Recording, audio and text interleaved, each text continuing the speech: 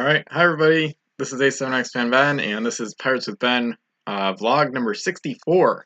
So a nice number to hit. Sometimes I associate certain numbers with gun armaments on Royal Navy ships, not just Royal Navy, but 64 gun ships of the line. 64 was one of the numbers of cannons some warships had in the Age of Sail, of course. Then 74s became the most common, at least for ships of the line eventually. But anyway, number 64, nice number.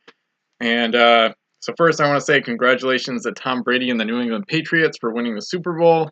As some of you know, sometimes they motivate me in terms of winning Pirates campaign games, which I'll get to in a second.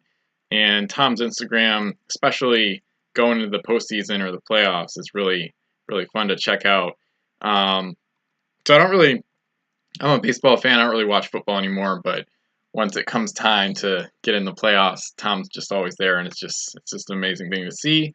So I actually made a post about it the day after the Super Bowl called "Tom Brady is Thanos" and "Admiral A7XfanBen is Tom Brady." It's one of my favorite posts. I know it's kind of arrogant or braggadocious, whatever, but so Tom has 6 Super Bowl rings, and Thanos has 6 Infinity Stones. So, and then the comparison from Tom to me, of course, as I've already talked about, or at least kind of showed in the CG3 retrospective video, and then especially in the CG4 hype video on YouTube, which I'll try to put in the end screens of this video or maybe link to in the description if I remember to, is that Tom won his first 3 Super Bowls in a short period of time. So he was 3-0 in his first 3, and then I'm the same in my first 3 Vassal campaign games, which are my first 3 non-solo Pirate CSG campaign games. So that's a cool post that I like a lot. So there's a link to that in the description if you want to check it out and comment on the post. And I'm posting 2 fleets a day right now. I did 3 today because it just happened to be like HMS Grand Temple Day, basically, because I have 4 versions of the HMS Grand Temple fleets. So I posted the last 3 today. So I just got those out of the way. But I'm trying to do 2 fleet posts per day in the fleets category, just to get those published and have the text back online in case MT ever goes down. And then I do have the actual fleet pictures from miniature trading saved as well. So one thing I want to do, this is kind of how I'm doing this vlog now, is I'm going to try to accumulate, like, not a certain number, but I'm basically going to accumulate a number of topics or news or just things I find interesting to kind of expand upon in the vlog. So once I accumulate enough topics or things I want to talk about related to Pirate CSG, that's most likely when I'll do a vlog, rather than trying to do it all the time with the usual features, which I'm still going to do. So next, also on Instagram, Fighting Sail is one of the accounts I follow, and it's basically a lot of pictures or paintings, I should say, paintings and illustrations from ships in the Age of Sail, of course. So this one is there's just so many great pictures here. It's just awesome. Sometimes I comment on them. That's the Santissima Trinidad, most heavily armed ship of the line, of course. So there's just a lot of great pictures, a lot of factions, if you will. You know, it's not all just Royal Navy or anything. So, and there's some from 1600s, so not just Napoleon age either. So, and some from after that actually too. So it's just a really cool account. And if you're into naval stuff like me and Age of Sail history, it's a beautiful account. So to go check them out, link in the description, of course. And then next was an interesting thing I saw from Creeps, actually, who commented on my YouTube channel page, and he was talking about using waxed cord, I guess to put at the bottom of a ship to keep them from moving around. Like if you bump them, like let's say you have a table that's smooth and then you bump the ship, they might move. But if you have like waxed cord, which I know from the wiki sticks, he has it in the comment. I have a link to this in the description too. Apparently that can help them stop moving if you bump them and stuff like that. So it's an interesting idea. And then he touched on some other stuff that I was asking him about. But anyway, I just want to share tips from the community that not everybody might see. So wax cord on the bottom of ships, or on the bottom of, at the end of straws, I guess is what he's saying as well. So, because sometimes I use straws to measure. Usually I like to use the card because I just prefer to use the regular official movement, but straws work good too, especially for going underneath arches and whatnot, of which I have many custom arches. So Hills Wholesale Gaming, I posted about this at the BST Facebook group. They're running out of stuff which I've already talked about before, but now they seem to be out of Pirates of the Caribbean lot of 36 and Mysterious Islands MI lot of 9 packs. So their stock continues to decrease a bit. They ran out of Davy Jones Curse Special Edition boxes not too long ago. Still have a lot of stuff up, obviously, but anyway, just something to be aware of, I guess. And then I found this, well, I didn't find it recently, but I've been going through some of my long-term, not really long-term, but some of my random Pirates CSG to-do lists lately, including my fan site, which I'll get to soon. And I just wanted to comment on some posts across the web. This one's from 2009, but it's a cool page where you see some custom islands for use in Pirates games, or you could use it for other games. So, and apparently these are based on 20,000 Leagues Under the Sea. So fans of that and Mysterious Islands could get some extra pleasure out of checking those out. So I commented there, and you can see the link to that in the description, of course, as well. And then someone at the Facebook, I think it was the board game group on Facebook, I posted there finally about Pirate CSG last night, and somebody said something about, in like a comment on a picture, they said something about putting duplicate ships and crew and whatnot in like a geocache, which is like I found out about it last year, some kind of thing where you search for stuff based on clues maybe, and you find like a box basically in the outdoors, and it's got like stuff in it that other people have left there. So it's kind of a funny idea in case, I don't know, in case you don't want to sell stuff, or in case you want to give stuff away but don't really know who to give it to in terms of playing, you could put, I guess you could put duplicates in a geocache out in the wilderness, and then you might get more people into the game that way. So that's an interesting idea. So obviously a lot of random topics to cover. And then probably the biggest news, though, actually, that is pretty cool, is that I've gotten into contact with James Ernest, one of the original Pirates CSG game designers, and it looks like we're going to hopefully be able to do a podcast together either later this month or early in March. So I started a thread at the forum, so you can submit any questions you have for him there in that thread. So go ahead and check that out. There's already some questions, but I'm sure people watching this can come up with some more too. So that'll be pretty exciting and cool. Definitely one of the biggest podcast episodes, if not the biggest, not the longest, but the most important, you could say. So that'll be fun. And then before I get into the features real quick, I'm trying to fix up the website a little bit. It's fine, but there's some little changes I'm making. So one of the changes I made recently that was a lot easier than I expected it to be was now there's pagination on the forum pages. So instead of having every reply in a topic be all on one page, which was really starting to slow the custom ships thread down, I just had to make a simple little change in WordPress. So now there's, I think, 30 replies per page, per forum page, I believe. So, and up to 100 topics on the first page of the forum. So that's already helping the custom ships thread because it loads faster now, and my replies went through faster today. So that's good. And then there's going to be some other changes as well. I made a couple more other changes recently. I put the reviews category in the menu, and I might put my fleets category in the menu as well, but I'm not sure yet. So I just don't want it to go beyond 3 lines. I just don't want it to get too massive, the menu, because I could put even more stuff there, but it's already got a lot of stuff on it. So, and I might put the game ideas page, I want to put that somewhere more visible. I don't know if I could link to it on the home page maybe, or put it in a certain sidebar of battle report, something like that. So just more stuff on my to-do list, but I've been hacking away at my Pirates to-do list, which feels really good to get some stuff out of the way that have been jotting down on it for months now, or sometimes years. Some of these posts, like that Custom Islands post, like I was gonna look at that a long time ago, and it's just one of those things where I just put it on a list and do it later, but I'm trying to cut down in the to-do lists.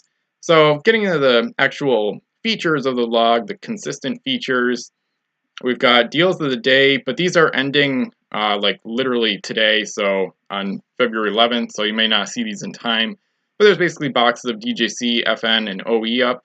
Those will be interesting, and the latter two have the tournament packs, the tournament LE packs. So those are the deals, the Bloody Jewel being bid on, and then there's a 3-pack lot of Spanish Main, so a little bit abbreviated, but that's all right.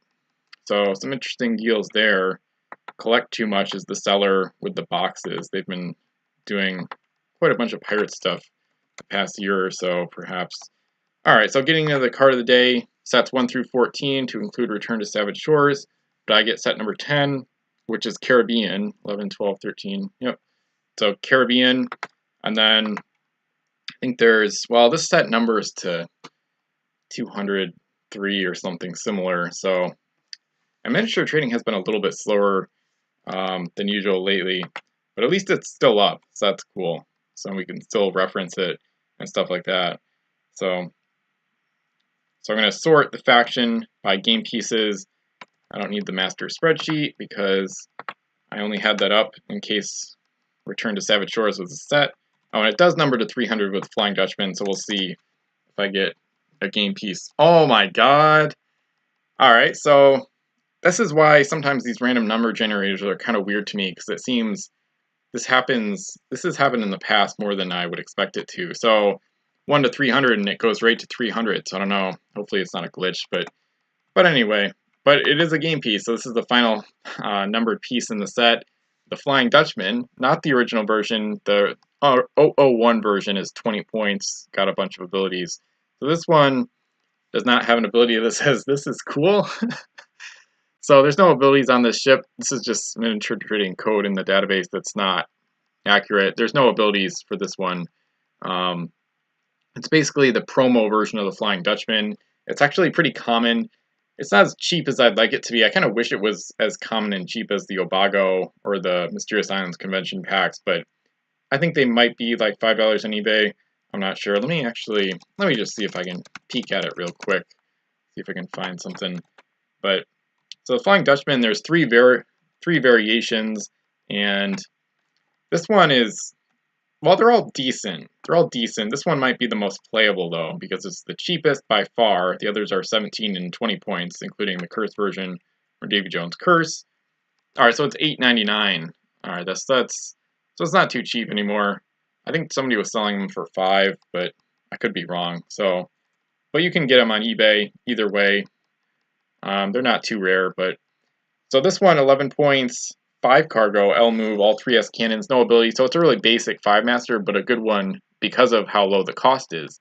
So I think this could actually be more expensive. 12 or 13 would be fine because the cargo is so good, and you can easily make it a very good hybrid with all the named crew the pirates have, such as Hammersmith, combining captain and helmsman into one crew, or just regular captain, helmsman, and then some other crew as well. So I would usually run this as a hybrid. What I like about this Flying Dutchman is it's one of the only well, not really only, but it's one of the better 5-masters you can run as a hybrid in a low point game, like 30 or 40 points, and then still have plenty of point space left for other stuff. So you could even just go bare bones captain and helmsman for 16 points, and you'd have more than 50% of your points left in a 40-point build total game. So this one is a very nice ship. Rating out of 10, I would probably say maybe 8 out of 10. Cannons are all 3S, and it's not really like overwhelmingly good. It's just, it's just a really nice, basic, simple 5-master. So it's a little funky because it doesn't really thematically. The 20-point version does a much better job of representing the ship in the Pirates of the Caribbean movies, because this is, of course, from the Caribbean set.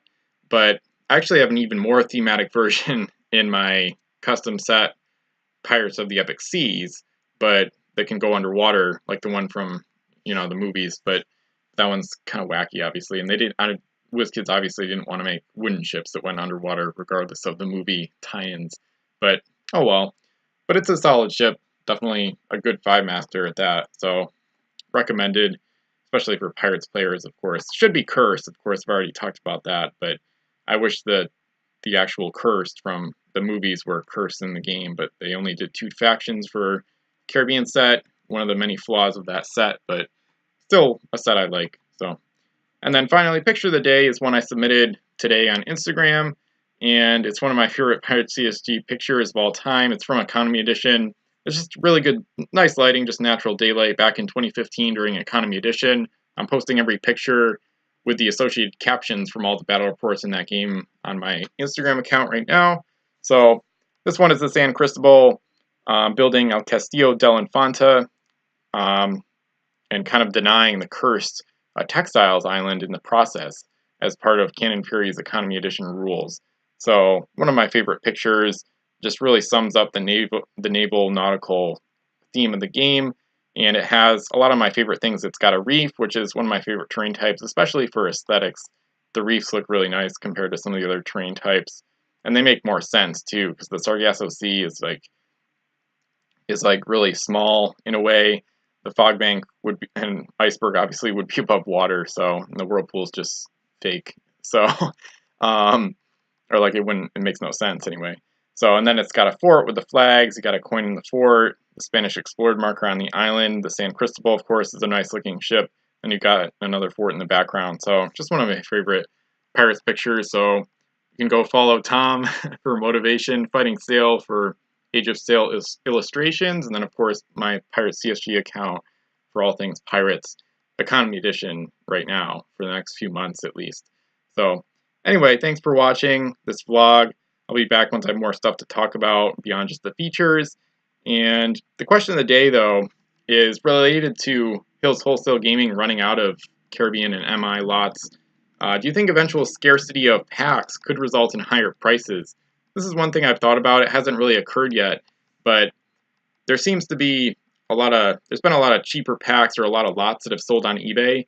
And one thing I noticed was that on eBay nowadays, sometimes when I look for pack lots, a lot of them say one left, and probably some of them are gone, and I just don't realize it because the listing has disappeared. And now Hills Wholesale Gaming is also running out of stuff, and they've always had good prices, so it makes sense that they're getting low on stuff. So I guess just kind of an opinionated question, if you think that, in the long term, not so much this year or even next year, but into the 2020s, it'll be interesting to see if like pure scarcity of packs results in higher prices, but especially once wholesale gaming might run out of a lot of stuff eventually. But one thing that I think could counter that is people that do have unopened packs that are just kind of sitting on them, and I do have some myself that I don't want to sell. I prefer not to.